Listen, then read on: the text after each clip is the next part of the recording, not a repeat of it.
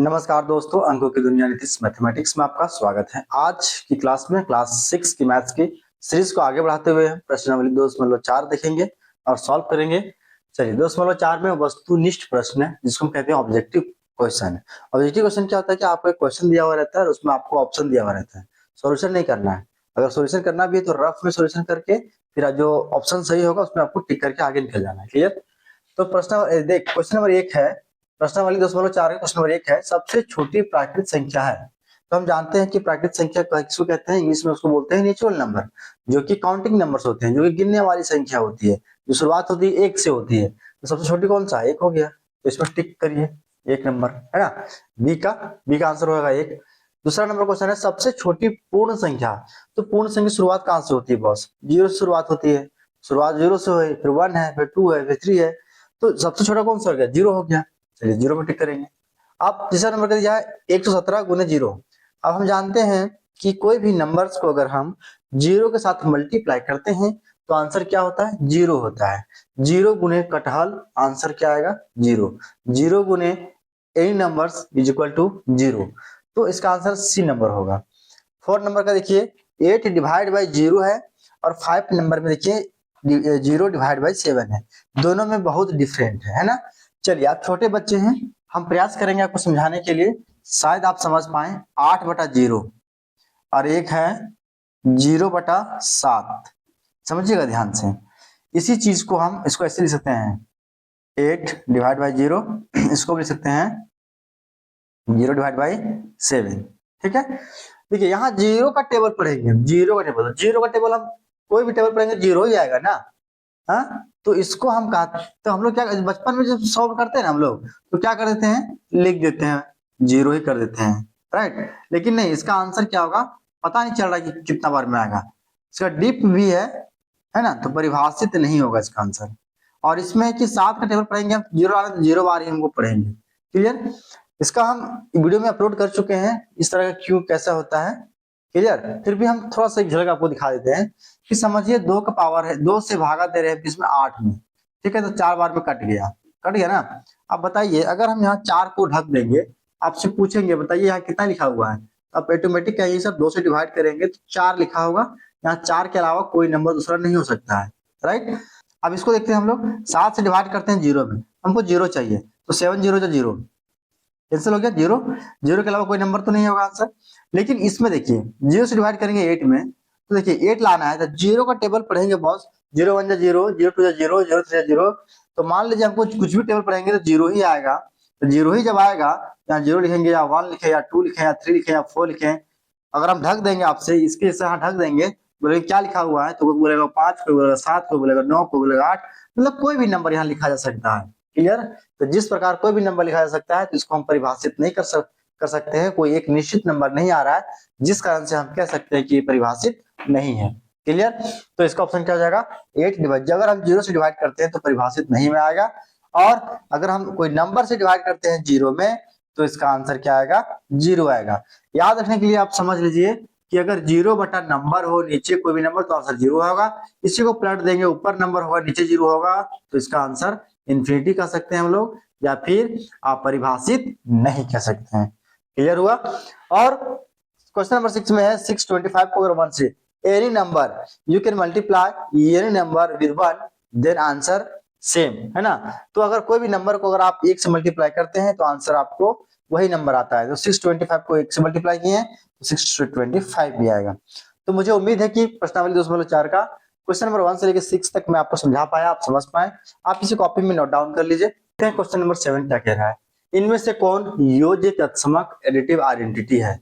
योज्य, देखिए समझते हैं, योज्य तत्समक का अंग्रेजी वर्ड होता है एडिटिव आइडेंटिटी।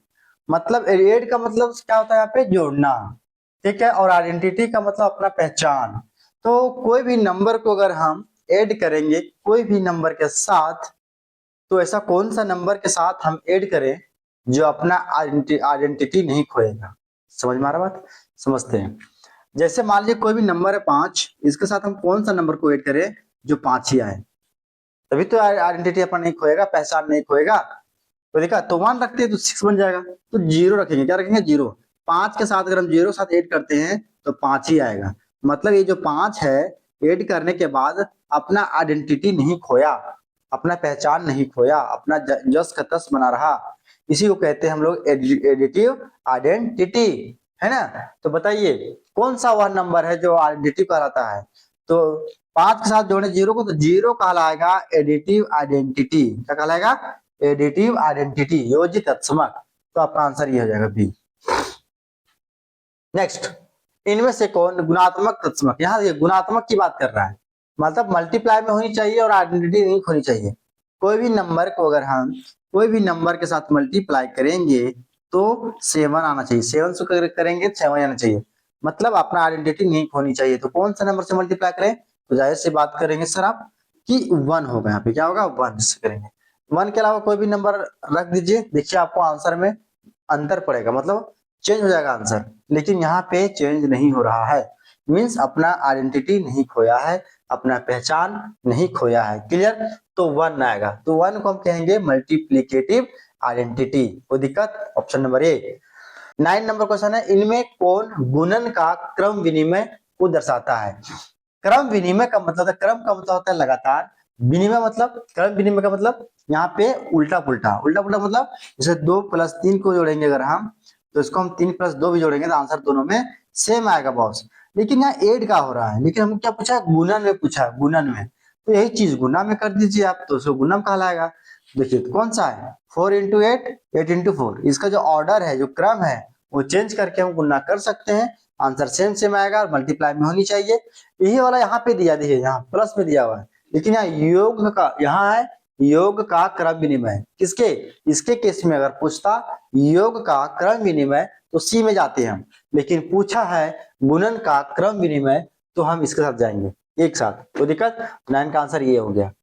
चलिए 10 नंबर में क्या बोला है? 170 × 4 + 170 × 6 का मान क्या होगा? तो 170 को 4 से गुना करेंगे हम, ध्यान दीजिएगा, 170 को 4 से गुना कीजिए और फिर से 170 को आप 6 से गुना कीजिए।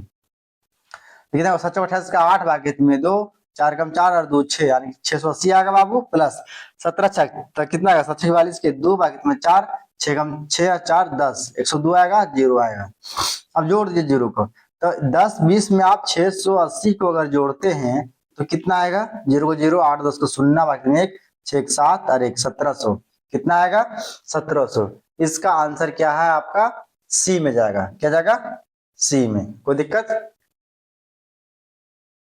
चलते हैं क्वेश्चन नंबर 11 में। अब 23 और 38 के बीच कितनी पूर्ण संख्या है? तो पूर्ण संख्या 0 से स्टार्ट होती है, पता है ना। तो 23 को छोड़ दीजिए और 38 को छोड़ दीजिए, तो 23 के साथ कितना है? 24 है, 25 है, 26 है, 27 है, 28 है, 29 है, 30 है। उसके बाद कहाँ तक जाएगा? 37 तक जाएगा। कोई दिक्कत? तो सब गिन दीजिए। अब सब गिनेंगे तो कितना आंसर आएगा? 14 आएगा। अब हम ऐसे भी बना सकते हैं, 38 में 23 घटा दीजिए, 38 में 23 घटा दीजिए, तो 8 में 3 कितना बचेगा? 7, सॉरी 8 में 3 कितना बचेगा? 5, 3 में 1, 15 बचेगा। लेकिन इसके उसके बीच में एक और हटा दिए, तब आएगा आपका 14, मतलब ये नंबर 38 भी हटेगा और 23 भी हटेगा। क्लियर? तो इसके बीच में 14 संख्याएं हैं जो पूर्ण संख्याएं हैं। कोई दिक्कत? मुझे उम्मीद है कि आप क्वेश्चन नंबर 11 समझ पाए। अब चलते हैं क्वेश्चन नंबर 12 की ओर, ठीक है। 1000 का पूर्ववर्ती है, देखिए समझते हैं। ये होता है सक्सेसर नंबर, एक होता है प्रीडिसेसर नंबर, है ना। सक्सेसर में अगर कोई नंबर आपके पास 5 मान लीजिए है, अगर एक जोड़ दिए हैं तो 6 आया, तो 5 का सक्सेसर 6 कहलाएगा। यही अगर 5 नंबर आपके पास है और इसमें घटा दिए हैं तो कितना है? 4 आया, तो ये कहलाएगा प्रीडिसेसर। इंग्लिश में समझते हैं, हिंदी में समझते हैं इसको अब, कि पूर्व मतलब हो गया पहले वाला। तो 5 में घटा दिए, पहले क्या आया? 4 आया ना, तो 5 के पहले क्या आता है? 4 आता है, तो इसको बोलते हैं पूर्ववर्ती। और एक होता है परवर्ती, तो 5 में जोड़ेंगे तो अगला नंबर आएगा, तो उसको बोलते हैं परवर्ती। यहाँ पूछा पूर्ववर्ती, पूर्व मतलब पहले वाला, किसका? 1000 का। 1000 में एक कम कर दीजिए, कितना आएगा? 999 आएगा। बी नंबर आंसर हो गया। और गुना कीजिए, 2 × 125 × 50, आपस में तीनों गुना कीजिए। तो ध्यान दीजिएगा, 50 × 2 करेंगे तो 50 दूनी 100, तो 100 को गुना करेंगे 125 के साथ। देखिए हम सॉल्व करके दिखा देते हैं ताकि आपको दिक्कत ना हो।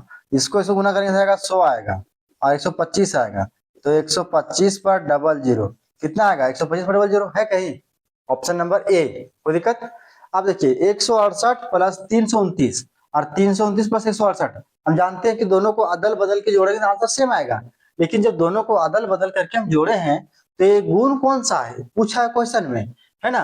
तो समृद्ध है कि क्रम विनिमय है कि साहचर्य है कि बंटन है। इंग्लिश में इसको मैं बोल देता हूँ, इसको closure, commutative, associative and distributive. तो ये तो क्या है, क्रम बदल रहा है ना, तो क्रम विनिमय है। क्या है, क्रम विनिमय। कोई दिक्कत? तो मुझे उम्मीद है कि प्रश्नावली 2.4 का क्वेश्चन नंबर 1 से लेकर क्वेश्चन नंबर 14 तक आप समझ पाए होंगे। ये है क्लास 6 का मैथ्स हिंदी मीडियम का। जो बच्चे इंग्लिश हिंदी मीडियम में पढ़ते हैं, गवर्नमेंट स्कूल में, सरकारी विद्यालयों में पढ़ते हैं, ठीक है, तो अगर आप ट्यूशन कहीं नहीं पढ़ते हैं तो कोई दिक्कत नहीं है, मैथ्स के लिए आप निश्चिंत रहिए। आप मेरे चैनल पे आ जाइए, इस चैनल को सब्सक्राइब कर लीजिए नितिश मैथमेटिक्स को, और आपको क्लास 6 का मिल जाएगा, क्लास 7, क्लास 8। मतलब मेरा जो सोच है इस मैथ्स चैनल पे क्लास 6 से लेकर क्लास 12 तक में हम हिंदी मीडियम और इंग्लिश मीडियम में लेकर के आएंगे। दोनों का अलग अलग प्लेलिस्ट होगा, आप जिस भी क्लास में पढ़ते हैं वो आप जाकर के देख लीजिए प्लेलिस्ट। कोई दिक्कत? मैं प्रयास करूंगा एनसीईआरटी बुक के साथ साथ केसी सिन्हा बुक और R S. Agarwal, R D. Sharma book, सारे बुक का हम प्लेलिस्ट बनाएंगे और आपको हम सॉल्यूशन देंगे। क्वेश्चन प्रैक्टिस भी आपका हो जाएगा और कंसेप्ट मेन होता है कंसेप्ट बॉस। कंसेप्ट आपको कोई भी चैप्टर से रिलेटेड अगर आपका कंसेप्ट क्लियर है तो क्वेश्चन कोई सा भी हो, किसी का भी बुक से हो, तो क्वेश्चन को फाइट कर सकते हैं, क्वेश्चन को बना सकते हैं। तो चलिए, उम्मीद करते हैं आपको आज की क्लास पसंद आया होगा। अगर आप नए हैं तो इस चैनल को सब्सक्राइब कर दीजिए और अपने दोस्तों के बीच शेयर कीजिए, वीडियो को लाइक कर दीजिएगा। फिर मिलते हैं नेक्स्ट वीडियो में। जय हिंद।